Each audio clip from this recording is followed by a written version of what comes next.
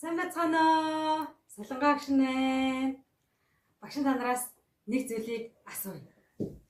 Та нараас хэн нэг нь хайртай дотны хүнээсээ бэлэг авч үзсэн үү? Бэлэг авахаар ямар мэдрэмж төрдөг вэ? Найзуудаа энэ дэлгэцэн дээр өөхөө багш Жүнид маш гоё бэлэг өгч юм тийм ээ. Та нар Жүнигийн царайг нь хардаа. Бүр амар баярлсан байна тий. Тэгвэл та нар ч гэсэн хэн нэгнээс бэлэг авах үедээ баярлдаг уу? Би л маш их баярлдаг. Тэгээд бэлэг авчаад нөгөө хүнтэй юу гэж хэлэх ёстой вэ? Баярлаа гэж хэлэх ёстой шүү дээ, тийм ээ? Та нар тэгж хэлдэг үү? Эсвэл зүгээр шууд авчдаг уу? Хэн нэгэн хүн чамд бэлэг өгч байвал баярлаа гэж хэлэх ёстой, тийм ээ? Тэгвэл яагаад тэр хүнд заавал баярлаа гэж хэлэх ёстой юм болоо? Яагаад юм болоо? Яагаад баярлаа гэж хэлэх ёстой юм болоо? Яагаад гэвэл тэр хүн чамд бэлэг өгж гинөө гэдэг чинь тэр хүн чамд анхаарлаа хандуулж гин, чамд санаа тавьж гин, чамайг хайрлж гин, бас чиний тухай бодож гин гэсэн үг шүү дээ, тийм ээ найзуудаа? Тэгвэл та нар хайртай дотны хүмүүсээсээ бэлэг авах үедээ дандаа баярлаа гэж хэлээрэй.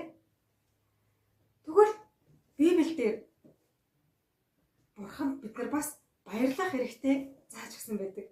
Яагаад? Яагаад гэвэл Бурхан энэ дэлхийг бүтээхдээ бидэнд бүх зүйлийг харамгүйгээр зориулсан шүү дээ. Одоо амьсгалж байгаа маань хүртэл Бурханы ивэл. Амен. Тэгвэл тэр Бурхантай та нар хэр их талархдаг вэ? Өглөө нойрноосоо босоод сэрэхтэй Бурхантай талархдаг уу? Хичээл дээрээ онцдон аваад та нар Бурхантай талархдаг уу? Эсвэл сайхан хоол идэх үедээ хоолоо идэхээс өмнөдөө анаад Бурханд талархаж залбирдаг уу? Тэгвэл Бурханд бид нар яаж талархлаа илэрхийлэх юм болов хүүхдүүд ээ? Яг зөв.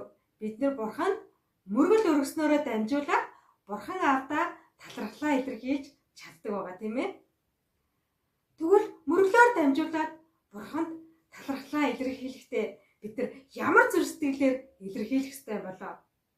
Бүгдээ хамтдаа Эхлэл номноос харцгаая. Эхлэл номын 4-ийн 3-аас 5 дугаар ишлэл. Багш нь чангаар уншиж өгье. Хожим нь Каин газраас авсан үр жимснээсээ эзэнд өргөл болгон барьжээ. Абель бас хонин сүргийнхээ анхны төлбөр болон түүнийхээ өөх тосноос өргөжээ. Эзэн Абелийг болон түүний өргөлийг ойшон хүлээн авсан боловч Каины болон түүний өргөлийг ойшоосонгүй. Каин ихэд урлан уруу царайлваа. Амен. Тэгвэл өнөөдрийн Библийн гол дүрийн баатар хин юм болоо? Яг зөв. Каин, Абель. Тэгвэл Каин, Абель гэж хин болоо? Бид нар түрүүчийн 7 хоногт үзсэн Адам, Евагийн хүүхдүүд ахны. За бүгдээрээ Каин, Абель хоёртойгоо танилцгоо. За тэгье. За энэ бол Адам, Ева хоёрын хүү Абель. За. Сайн байцгаана найзуудаа. За Абель ямар мэрэгчлээ юм болоо? Бүгдээрээ өмссөн зөөснөөс нь хараад ямар мэрэгчлэгийг таацгаах уу? За Абель ямар мэрэгчлээ юм болоо? Гартаа нэг таяг барьчихаж. Таяг барьж байгаа хүн чинь ямар мэрэгчлээ юм болоо? За бибээр хончин байна. Би аав ээжтэй туслаад хонио малалдаг хончин байна. Та бүхэнтэйгээ танилцж байгаадаа баяртай. Хөөе, ингээд ер нь миний хондод хаашаа явчих вэ? Ийшээ явсан болов? Тийшээ явсан болов? Хаач чуваа? Нэрээр нь дуудахаас бороодэ. Бороода маань энд дэжтэй. За бороода маань энд ирчихэж Алга, алга. Алгаа юм бэ штэ. Хөөрхөн шүү миний хоньдууд. За. Хоохондээ. Мэ. Хоохондоо маань хүрээдэрчлээ. За хамгийн сүүлийнхаар хийн гэж бодож байна. Цагаадэ. Би чинь ийм олон хөөрхөн хонин сөрөгтэй шүү дээ. Эднийг харахаар бүр хайр хүрээл явчихсан шүү дээ. Өдөр болгон би хонин сөргөө хариулахдаа маш их баяртай байдаг. Ягаад гэвэл эдгээр маань үнэхээр хөөрхөн өхөөртөн байгаа зү. Хонин сөргийн маань ийм олон бас ийм өхөөртөн бодоход тусалж байгаа Бурханд би үнэхээр их талархдаг. Ягаад гэвэл тэр цагт нь хур бороог оруулж, өвс ногоог арвин ихээр ургуулж, миний хөөрхөн хураг, миний хөөрхөн хондыг минь тэжээдэг. Би тэр Бурхандаа ямар их баярлдаг гэж бодноо. Би үнэхээр энэ хончин мэрэгжилтэд маш их дуртай. Чон гараад ирэх юм бол би энэ тайгаараа гээл цохоод ургаачин. Айхан байхгүй. Миний хонин сөрөг, миний дуу хоолойг сасоод мэ гэж миний араас дагаад явна шүү дээ. Гэхдээ юу гэж найзуудаа? Миний энэ хонинууд дундаас нэг нь хээлтэй байгаа. Амар хөөрхөн хураг гарч ирэх бах та. Тэсээ ядаа хүлээж.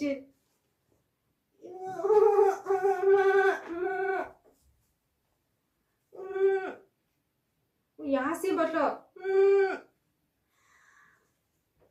Абела, миний гэдэс өвдөд байна. Юу харах нэ? Яана, удахгүй хээл авах нэ. Удахгүй хөөрхөн хурахтай болох нэ. Жаахан төвчээрээ. Удахгүй хөөрхөн хураг гарах нэ шүү дээ. Жаахан төвчээрээ. Ингэж байтал энэ ханнаас нь хөөрхөн тугал гарч ирж. Абел бөө баяр. Бурхан минь баярлаа. Үнэхээр хөөрхөн хурагтай болчихлоо. Одоо би ханнуудаа дагуулад харих ёстой. Ингээд Каин ах минь хайж ч юу? Та нар харсан уу? Кайна! Ахаа! Юу олоод хүнд удаад байдгийг бэ? Завгүй ахад чинь. Найзуудаа та нар харахад Каин ямар мэрэгчлээ юм шиг байна? Бүгдээрээ харцгаах уу? Кайны мэрэгжил юу юм болоо? Цүнхүүрч гэж. Миний мэрэгжил бол би тариа тавьдаг тариачин хөө. Би байхгүй бол энэ ногоонод орохгүй шүү дээ. Хонь хариулахад ч яг амар амархан ногоо тарих хичнээн хэцүү гэж. Нэг юм жижигхэн төмөс авахд асар их хөдөлмөр шүү дээ. За төмсөө цүгдээ ичээ. Дараа нь би энийг бурхан зориулах ёстой. За ногоонуудаа хараадах юм. Зарим нь жоохон өртөдсөн юм уу да? Зарим нь арай жижигхэн урагчгаж. За хайр юм хайж яхаар бурханд дахил болгоод өргөчээ дөө. Нэг хүн идэхгүйгээс хойш, би ч идэхгүйгээс хойш дахин ширээ дээр бурханд дахил болгоод өргөчөө. Хайр юм хайж яхаар бурханд дахил болгоод өргөч. За ингээд найзуудаа Каин, Абел хоёр мөргөлийн цаг болох үед бурханд дахил өргөхөөр нэг газар цугларсан байна. За бүгдээрээ харцгаах уу? За ханьнуудаа гэртэн хашаант нь очоод хураач. За ингээд Каин, Абел хоёр маань бүтэн сайн өдөр болоод бурхан эзэндээ мөргөл өргөхөөр тус тусдаа дахин ширээ босгожээ. Яагаад гэвэл Каин, Абелийн хоёрын цаг үед цуглаан гэж байгаагүй учраас бид нэр чулуу давхарлаа. Чулуун дээр чулууг тавиад дээр нь мод тавьж агаад Бурханд тахил өргөдөг байсан. Энэ тахил нь мөрөглийг хэлж байгаа. За ах нь эхлээд өргөдөх юм. Эхлээд ах нь. За би бол ногооч хүн, би тариач хүн. Би Бурханд ургацынхаа дээжээс өргөнө. За ингээд Каин маань өөрийнхөө тахилын ширээ дээр тавьсан байна. Юу харагдаж байна найзуудаа? Төрөл бүрийн жимсгэн хүнсний ногоонууд харагдаж байна тийм ээ? Бурхан миний тахилыг авах та. Одоо Абель чиний ээлж. За Библиэр миний хонин сүргийг өнөр өтгөн болгодог, маш олон болгодог Бурхан эзэндээ талархаад би саяхан мэндэлсэн бяцхан хургийг Бурханд тахил болгон өргөх болно. Ингээд Абель маань саяхан мэндэлсэн бяцхан хургийг тахилын ширээн дээр тавин Бурханд тахил болгон өргөжээ. Найзуудаа Бурхан хэнийхэн тахилыг хүлээж авсан бол бүгдийг харцгаах уу? Дадан дадан. Бурхан Абелийн тахилыг хүлээж авчээ. Бурхан эзэн таньда үнэхээр их талархаж байна. Үнэхээр их талархаж байна. Өчөөхөн миний зүрх сэтгэлийн магтаал, өчөөхөн миний талархлыг өөртөө хүлээж авч байгаа. Бурхан эзэн таньда үнэхээр их талархаж байна. Үнэхээр их талархаж байна. Та бол алдар магтаалыг авах зохистой Бурхан эзэн билээ. Халелуя! Ингээд Абель Бурханд чин сэтгэлээсээ талархаж. Харин Каин Хүй, миний тахилыг яагаад хүлээж авахгүй нэ? Абракадабра хүү. Хүй, минийхийг яагаад хүлээж авахгүй нэ? Абидуги пүү. Бурхан яагаад миний тахилыг хүлээж авахгүй байгаа юм болоо? Уг нь би хамгийн сайныгаар өргөсөн юмсан. Бурхан яагаад миний тахилыг хүлээж авахгүй байгаа юм болоо? Нэзэда Бурхан яагаад Каины тахилыг хүлээж аваагүй юм болоо? Бурхан Каинд хандан хэлэхдээ хэрв чи зөвийг үлдэж хамгийн сайныгаа надад өгсөн бол би чиний тахилыг хүлээн авахгүй гэж юу гэж Каинаас асуусан байна. Харин Каин ихэд уурлан, гониглон дүү Абельда маш их хорссон байна. Бүр уурн хүрээд яагаад минийхийг авахгүй байгаа юм бэ? Би хамгийн сайныгаа өргөсөн биш гэж юу? Үнэн дээр Каин хамгийн сайныгаа өргөсөн гэж юу?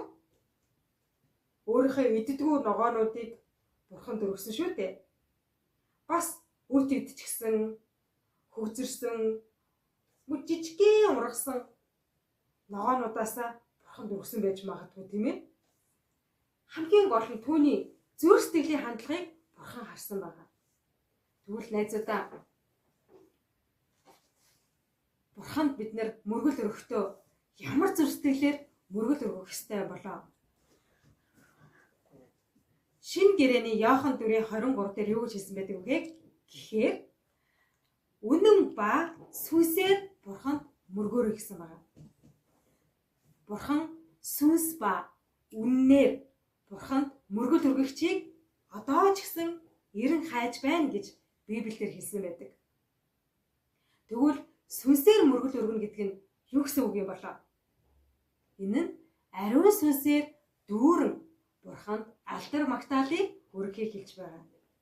Харин үннээр Бурханд мөргөл өргөнө гэдэг нь юу гэсэн үг юм бол? Энэ нь Бурханы амьд үгийг хэлж байгаа. Бурханы амьд үг бол үнэн байдаг тийм ээ? Бурханы үгэнд нэг ч худар зүйл байдаггүй. Тэгвэл хүүхдүүдээ бид нар бүтэнсээ өдөр болгон цуглаан дээр очихдоо ямар сэтгэлээр Бурханд мөргөл өргөх ёстой гэж байна?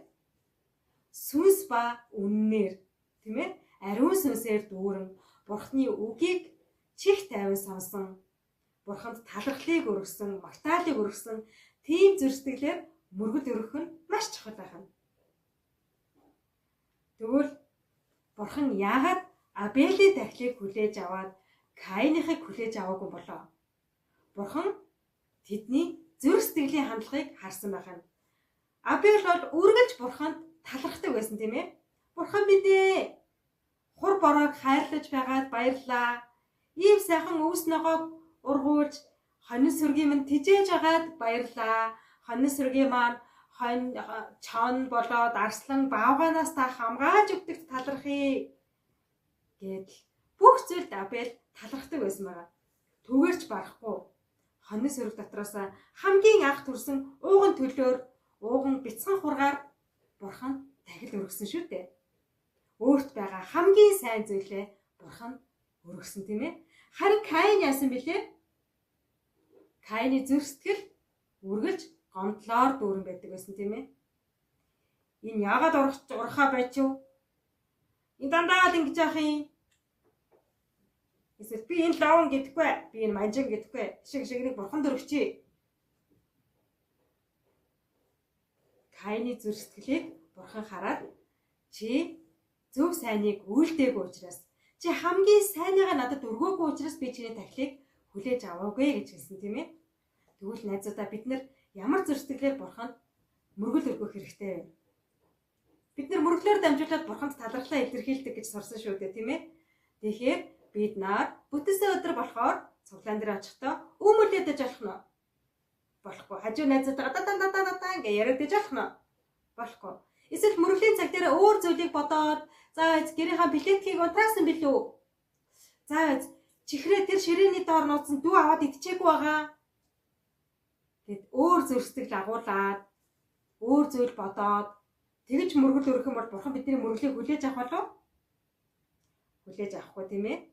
Тэгвэл Иохан ном дээр хэлсэнчлэн бид нар ариун сүнсээр тийм ээ бас Бурханы амьд үг болох үнэн үгээр дамжуулаад бид нар Бурханд мөргөл өргөх хэрэгтэй. Тэр үед Бурхан бидний мөргөлийг баярлан таатайгаар хүлээж авдаг. Тэгвэл бүгдээрээ яг одоо зүрх сэтгэлдээ шийдвэр гаргацгаая.